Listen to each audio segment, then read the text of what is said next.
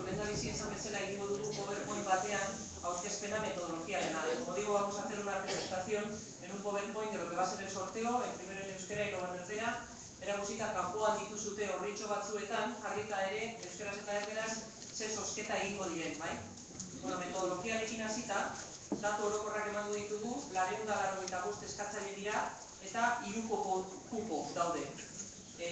Zozketa honetan, zozketa hauen oinarria arautzen duten arauak, 3 kupo esartzen dira. Lehendabiziko kupoa da, mugikortasun urriko pertsonena, hori kupo hori legez sartzea obligatuta gaude.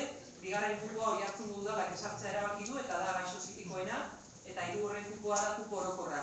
Lehendabiziko kupoan daude 4 etxe bizitza, bigarrenean 4, eta hirugarrenean daude 81. 485 eskatzaile horiek 634 zenbaki dituzte. Horrela da, dakizuten bezala, pertsona bakarra apuntatzen bazan puntu bakarra zeukalako, bikotean edo seme-alaba adin txikikoekin apuntatzen bazan bi zitulako, eta bi baldintza horiek betetzen bazituen, bikotean eta seme-alaba txikiak izan da, 3 punto zituelako, bai? Orduan, naiz eta 485 eskatzaile izan, 634 zenbaki dituzte kupo orokorreko eskatzaile, eta bigarren kupokoak 10 zenbaki dituzte. Etxe bizitza kopuruei dagokionez, 80 dira, hortik bat ez dugu adjudikatzailea atera behar, etxe bizitza zaila konpromiso bat daukalako Oiartzunen familia batekin Altzibarko sustapenean duela urte batzuk ez ziolako parte hartzen utzi, eta gero familia hori tribunaletara jo zuen, irabazi zuen, eta pertsona hori zuzenean du etxe bizitza adjudikatua, etxe bizitza bat adjudikazioa izateko eskubidea hobeto esateko, eta hori etxe bizitza zailari inposatu dio tribunalak eta guk onartu behar dugu, bai? Orduan, esan bezala bat zuzenean, 4 mugikortasun urriko duten pertsonen kupoan, 4 gaixo psikikoen kupoan, eta kupo orokorrean 81. Zozketa bi zati izango ditu. Lehendabizikoan, eskatzaileen artean 89 adjudikatarioak aukeratu behar ditugu, hain zuzen ere bat hori, 90 egiteko bat hori aurretik anesarria datorrelako, eta gainerakoen itxarote zerrendak egingo dira. Honek badu garrantzia, zuten bezala, naiz eta gaur hemen 91 familia atera kupo orokorrean, eta gainerako kupoean beste 4 eta beste 4, atzera egiten duenak edo 30 eguneko epean dokumentazioa aurkezten ez duna eta seinalea entregatzen ez duna, utziko dio lekua beste familia bati. Eta beste familia hori egongo da zain zerrendan ordenatuare bai, urrenkeran eta aukera izango du agian beste familia bat sartzeko. Bigarren zatian, zozketaren bigarren zatian, 90 etxe horien esleipenaia egingo dugu, nori ze etxe tokatzen zaio, bai? Bueno, zozketaren lehen zatia, adjudikatarioak aukeratzea, lehenengo kupoan, mugikortasun urria duten pertsonak, hor irizpide batzuk daude oinarrietan, eta dira, Oiartzarrak lehentasuna dutela, eta gero legeak markatzen dituen irizpideak, hau da, urpilaukia behar duna lehentasuna dauka, bigarren lekuan dago makuluak behar dituna, eta hirugarren lekuan daude ja, horietako ezer behar ez dutenak, baina baremo baten arabera horrela konsideratuta daudenak. Begiratzen badiogu ditugun eskatzaileei, Oiartzarrak ditugu 0 urpilaukiekin, 0 makuluekin, baina 2 baremoaren arabera.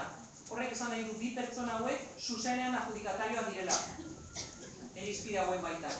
Ez Oiartzarren artean, hauek sartzen dira Oiartzar nahikorik ez daudelako, ez daudelako 4, eskatzaileen artean, 2 dira urpilaukia behar dutenak, 2 makulua behar dituztenak, eta 8 baremokoak.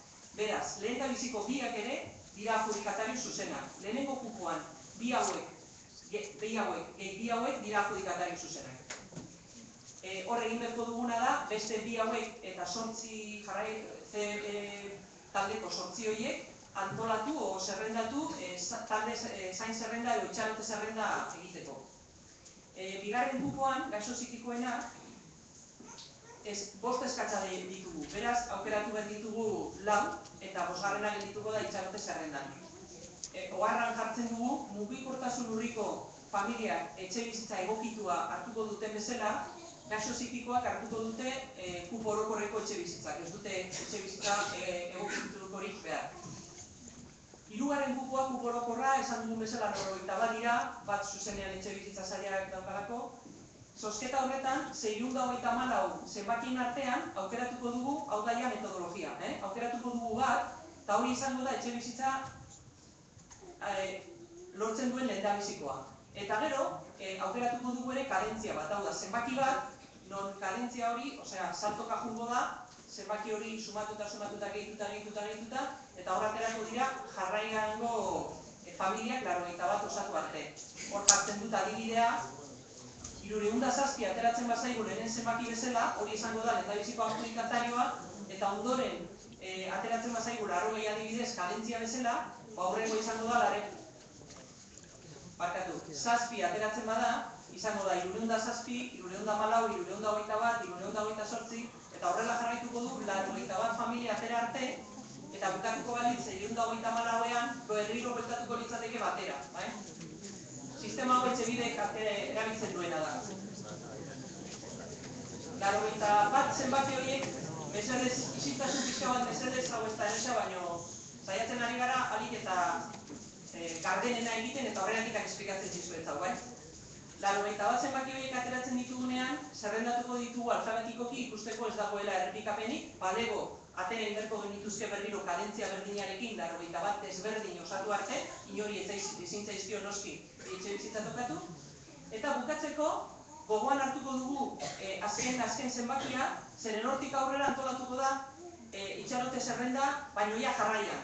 Hau da, azkeneko zenbakia baldin bada 210, 211 hasiko da itxarote zerrenda, 212, 213, 214 horrela bukatu arte eta berriro batetik hasita, hortik noski, astelenean ja, kenduko ditugu etxe bizitza lortu duen jendea, zeren ez du zain zerrendan ezertarako egotea nahi, gehi duplizidadeak, zeren famili batek 2 edo 3 zenbaki izan ditzake, baina zain zerrendan behin bakarrik egon diteke.